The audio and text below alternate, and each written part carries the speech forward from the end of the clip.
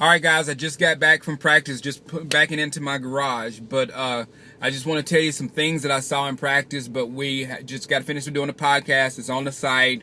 I'm going to put a whole bunch of video, a whole bunch of pictures on the site from what I saw today. I'll put them on Facebook. I'm going in there and do a lot of work in just a few minutes. But just a rundown on the people that really caught my eye today. DeMarco Murray looked incredible, people. He got me really excited. There was one cut he did on the screen. There's a lot of screens, but there was one cut he did on the screen that looked just amazing. So I'm really excited to see DeMarco Murray. One play, though, when DeMarco Murray was hit to the outside, there was this incredibly fast human being that came out of nowhere and just two-hand touched him, and tackled him or whatever.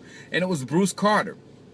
The physical tools on this dude is absolutely amazing. That he flies all over the place. So if I'm telling you, if Bruce Carter pans out, the Bruce Lee combo there at the middle is going to be incredible. Of course, Lee is my favorite cowboy right now, but both of those guys, they are very good. The highlight of today's camp for me was when and I think I kind of added to it or whatever. Dez lined up against Carr. That's the matchup. I know people were wanting to see Dez versus Claiborne and Claiborne. Dez versus Claiborne, but Claiborne's not ready yet. You know what I'm saying? You can tell he's a rookie out there. He's learning. He's being taught and all that kind of stuff. So all the excitement's not going to come from him.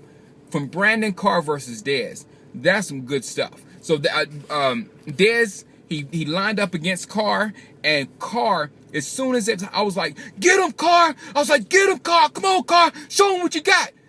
As soon as they hiked the ball, Carr put his hand right in Dez's chest. I mean, punched him right in the chest, and then he grabbed his shirt and just like started yanking him. And then Tony Romo threw the ball at Dez, and Carr reached around, knocked the ball down.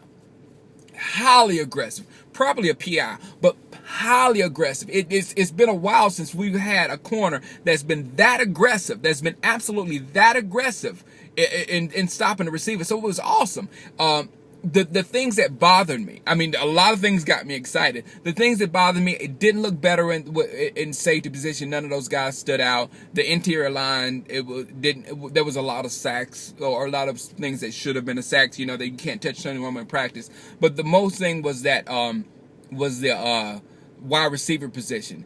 If you look at them, and I said the same thing on the podcast, on the site, if you look out there on the field at all our receivers, only two look the part, and that's Miles and Dez. They have the size, they have everything. They look the part of an NFL wide receiver. Everybody else, they don't. You know, something's going on with them, or they're too small, or Dwayne Harris didn't look as fast as he probably should be, or there's something little with all of them. So I don't really see a third receiver right now on our squad. I hope one of these guys, Cole Beasley is one of my favorites, but you know, I was a Danny Amendola fan, and he got cut, and I understand why he got cut, because he was just too little. And the guy we kept instead of Danny Amendola was Miles Austin, and it was a right move. So I love these little guys with all the passion in the world, but you know, it's a big man's game, you know, and you know, you got to be big. So